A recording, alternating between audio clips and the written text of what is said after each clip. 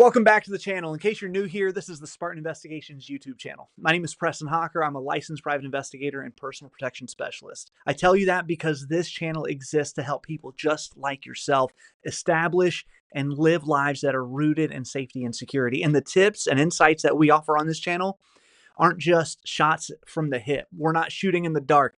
They're actually founded in expertise and in years of experience. I've been doing this for a while now, and along the way, I've gotten some really great advice from really seasoned professionals. But I've also heard some advice that honestly just makes me cringe. This is the worst. Advice that, if followed, could either put you in jail or get you or your family hurt. Today, I'm going to give you 5 of the worst pieces of advice I've ever been given when it comes to safety and security. That way, if you ever hear it, you'll know to run in the other direction. And here's the deal.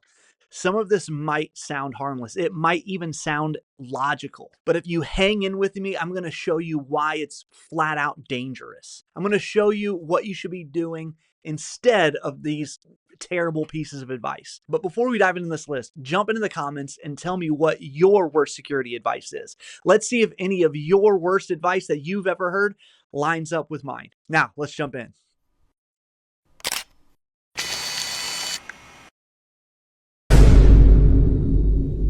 Bad advice number 1. Don't worry. Nothing bad ever happens here. Don't worry about a thing. This one is everywhere. You move into a nice neighborhood, or maybe your church is tucked away in a quiet little part of town, and people say, relax, nothing ever happens here. I can't tell you how many times I've heard this exact line, and it's usually said right before something bad actually happens. We suck again. Here's the truth. Criminals don't care about your zip code. Emergencies don't care about your population size. Bad things happen literally everywhere. I have friends who had their small business broken into just about a month after we had this exact type of conversation. Are you kidding me? Are you out of your mind? We were talking about how they needed to increase their security measures, and they put it off, and then they got broken into. I had a friend in high school who was assaulted while she was on a jog in a rather affluent neighborhood. When you start believing that safety is guaranteed because of your environment or because of your zip code, you lower your guard. And when your guard is down, that's when you're most vulnerable. I say this a lot, but I only say it because it's so true. Preparation isn't about fear. Preparation is about having a respect for reality. And this is the reality. Violence, theft, fire, and medical emergencies don't discriminate by address. They can strike at any time, and they will strike when we least expect it.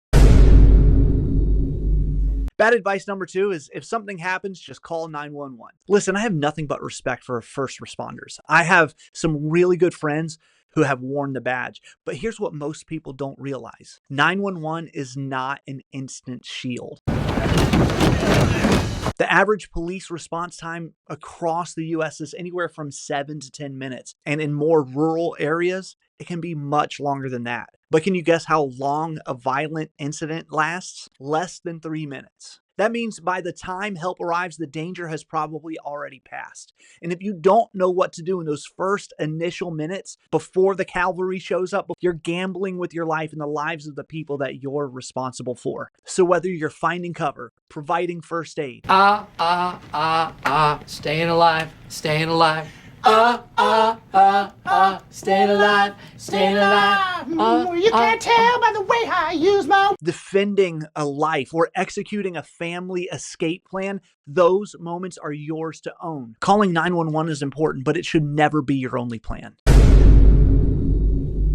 Bad advice number 3 is just blend in and you'll be fine. Now this one really bothers me. It's the idea that if you just stay quiet, if you don't draw attention to yourself, you'll avoid trouble altogether. And here's the problem. Predators or people with malicious intent don't hunt based on whether you blend in. They hunt based on opportunity. Predators are looking for distraction, people who are isolated, people who are unaware, people who are already carrying themselves like a victim. Predators aren't flipping through headshots looking for the best target. They're scanning for behavior. That's why one person can walk into a parking lot and get left completely alone while another gets followed. So what makes the difference here? In one word, it's awareness. When you walk with purpose and you keep your head up and you show that you're paying attention to your surroundings, you project strength. When you blend in, you're being passive. Awareness is a proactive activity, and proactive people are harder targets, and that's what we want to be. Bad advice number 4 is if something goes down, I'll just handle it. I hear this one all the time, especially from people with a little bit of an ego problem.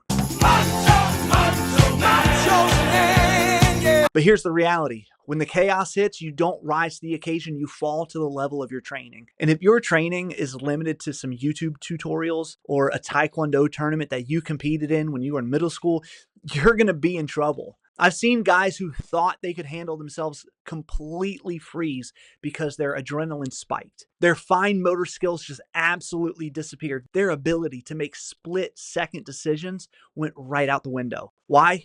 Because confidence without competence is a liability. And I want to say that one more time. Confidence without competence is a liability. It doesn't matter if you're 6'4" and 300 pounds. When real danger shows up, your brain and your body will only do what they've practiced doing. That's why live drills and constant repetition matters. If you haven't practiced it, you don't have a plan. You're just living in a fantasy. Practice matters. The last piece of bad advice I have on this list is carrying a weapon is enough. This one isn't just bad advice, it's actually dangerous advice. And it's dangerous because it's so common. People think as long as I've got a gun, I'm good. And listen, I'm pro Second Amendment. I exercise my right to bear arms very regularly. I've got a firearm for almost every occasion. At least I used to before that boating accident. But we have to be real. A firearm is not a magic talisman. Shall not pass! Without training, without situational awareness, and without a real plan, a weapon can actually make things worse. I've known people, good people, even smart people, who hurt themselves with their firearms. I know people who have frozen because they weren't properly prepared to operate their weapon under stress. And here's the hard truth. If you're not trained how to properly manage or manipulate your weapon, that weapon can be taken from you and used against you. Owning the tool isn't the answer. Mastering the tool and mastering the mindset behind the tool is what actually can save lives. If you want to carry, fantastic, but train, drill, learn how to de-escalate, practice your soft skills at least as much as you practice your hard ones. Read books like The Gift of Fear by Gavin DeBecker or Never Split the Difference by Chris Voss. Take some notes and apply those principles so you can see threats before they materialize or have the ability to use strategic negotiation skills to talk your way out of a violent altercation. Because in the end, when it comes to your personal safety, the path of least resistance is always the path that you should look to take. This point is wrapped up in this. Have a firearm for your own personal protection. Get proficient with it. But also make sure you know when not to pull the trigger. Learn how to secure that weapon around children so kids don't hurt themselves. Get a safe so you can lock up your firearm when it's not in your physical possession so the firearm doesn't end up in the wrong hands. Those things can make all the difference between responsible protection and inserting an unnecessary additional risk. In closing, let me recap. We've got 5 of the worst pieces of security advice I've ever been given. 1, nothing ever happens here. 2, just call 911. 3, blend in and you'll be fine. 4, I'll just handle it. And then 5, carrying a weapon is enough. Each of those might sound harmless on the surface, but if you build your safety strategy on them, you're building on sand. The smarter way, the safer way is to build on truth. And the truth is that emergencies don't schedule appointments. The truth is that seconds matter. The truth is awareness, training, and preparations are what separate victims from survivors. So let me leave you with this one challenge. Don't let bad advice shape how you protect yourself, your family, or your property. Trade in fantasy for policy. Trade in wishful thinking for actual real preparation. If this video opened your eyes, hit the like button, subscribe to the channel, share this video with somebody that you care about, because the more people we wake up to the reality of safety and security, the stronger our communities become. And one more thing, if you're interested in creative ways to keep you and your loved ones safe, hit the notification bell so you don't miss any of the content that we're putting up right here just for you. Remember, investigating sharpens your awareness. enforcement hones your actions, and protection binds it all together in a strategy that reduces risk and saves lives. Thanks again for watching. I'll see you in the next one.